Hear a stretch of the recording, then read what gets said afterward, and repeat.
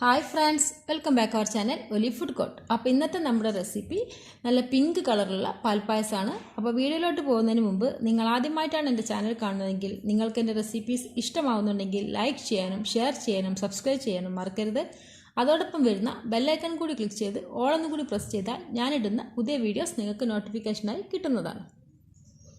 അപ്പോൾ ഞാനിവിടെ ഒരു കടായി വെച്ചിട്ടുണ്ട്. അതിലേക്ക് ഒരു 2 ടേബിൾ സ്പൂൺ നെയ്യ് ഒഴിച്ചു കൊടുക്കുകയാണ്. നെയ്യ് ഒന്ന് ചൂടായി വരുന്ന സമയത്ത് നമുക്കിതിലേക്ക് ഒരു 1/2 കപ്പ് ചവ്വരി അഥവാ സാബുനരി ചേർത്ത് കൊടുക്കണം. ഇനി ഇതേ അളവിൽ തന്നെ 1/2 കപ്പ് സേമിയ ചേർത്ത് കൊടുക്കണം. സേമിയ ഞാൻ വറുക്കാത്ത സേമിയാണ് യൂസ് ചെയ്തത്. വറുത്ത സേമിയാണ് നിങ്ങൾ യൂസ് ചെയ്യുന്നുണ്ടെങ്കിൽ അതും ഇതുപോലെ വറുത്തെടുക്കേണ്ടതാണ്. എന്നിട്ട് നല്ലവണ്ണം ഒന്ന് മിക്സ് ചെയ്തിട്ട് ഒന്ന് മൊരിച്ചെടുക്കണം. നമ്മൾ ഇതിങ്ങനെ വറുത്തെടുക്കുന്നത് ഇതിൽ നിന്ന് വേറിട്ട് കിട്ടാൻ വേണ്ടിയിട്ടാണ്. ചവ്വരിയും അതുപോലെ സേമിയ എല്ലാം കൂടെ വേറിട്ട് നിൽക്കാൻ വേണ്ടിയിട്ടാണ് നമ്മൾ വറുത്തെടുക്കുന്നത്.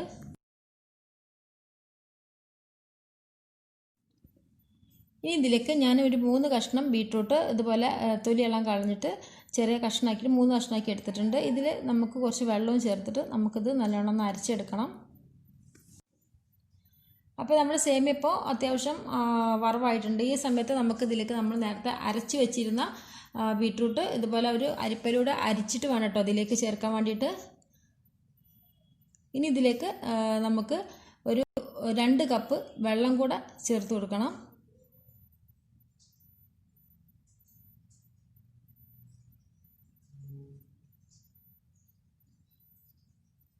എന്നിട്ട് നല്ലോണം കട്ടണ്ടൊന്ന് മിക്സ് ചെയ്യുക.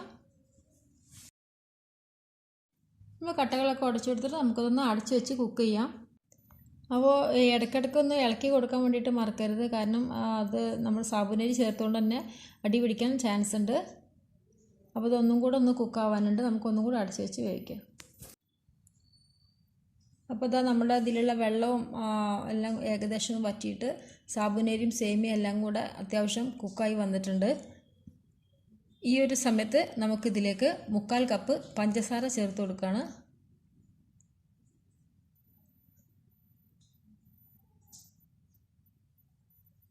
പഞ്ചസാര ചേർക്കുമ്പോൾ തന്നെ ഇതിൽ പഞ്ചസാരയുടെ വെള്ളമായിട്ട് കുറച്ചൊന്ന് ലൂസാകും. ഇനി ഇതിലേക്ക് ഒരു 400 ml പാൽ ചേർത്ത് കൊടുക്കുന്നുണ്ട്.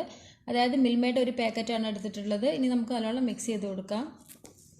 നമ്മൾ ബീട്രൂട്ട് ചേർത്തപ്പോൾ ഉണ്ടായിരുന്ന ആ ഒരു കളർ നമ്മൾ പാലും സാബുനരിയൊക്കെ കുക്കായ സമയത്ത് അത്രയ്ക്കും കിട്ടില്ല. പക്ഷെ എന്നാലും നല്ലൊരു പിങ്ക് കളറായിട്ടാണ് നമുക്കത് കിട്ടിയിട്ടുള്ളത്. ഇനി ഈ പാല് ഇതിൽ കിടന്നിട്ട് നല്ലോണം ഒന്ന് വറ്റി വരുന്നവരെ നമുക്കൊന്ന് തിളപ്പിച്ചെടുക്കണം.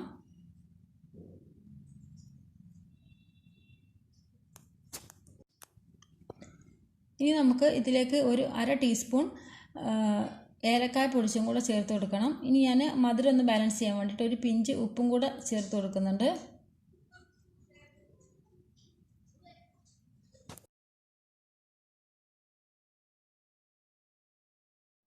ഇപ്പോൾ കണ്ടോ നമ്മുടെ സേമിയോ അതുപോലെ സാബുനരി എല്ലാം വെവ്വേറായിട്ടാണ് നിൽക്കുന്നത്. നമ്മൾ വറുത്തെടുത്തതുകൊണ്ടാണ് ഇങ്ങനെ കിട്ടിയത്.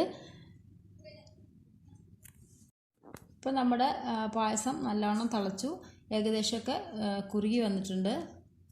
ഇത് കുറച്ചും കൂടെ ഒന്ന് കുറുകാൻ വേണ്ടി വെയിറ്റ് ചെയ്യുക. അധികം കുറുകാൻ വേണ്ടി വെയിറ്റ് ചെയ്യേണ്ട ആവശ്യമില്ല. കാരണം സേമിയ ആയതുകൊണ്ട് തന്നെ ചൂടാറുമ്പോൾ നല്ലോണം ഒന്ന് കുറുകിപ്പോകും.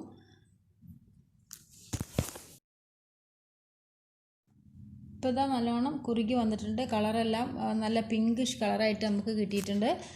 ഈ ഒരു സമയത്ത് നമുക്ക് ഇനി ഇതിലേക്ക് കുറച്ച് അണ്ടിപ്പരിപ്പും മുന്തിരിയും കൂടെ നമുക്ക് വറുത്തിട്ട് അതിലേക്ക് ചേർത്ത് കൊടുക്കണം. ഞാൻ ആ അണ്ടിപ്പരിപ്പ് മുന്തിരി വറുത്ത ആ ഒരു നെയ്യൊക്കെ കൂടിയിട്ടാണ് കേട്ടോ അതിൽ ചേർത്ത് കൊടുത്തിട്ടുള്ളത്.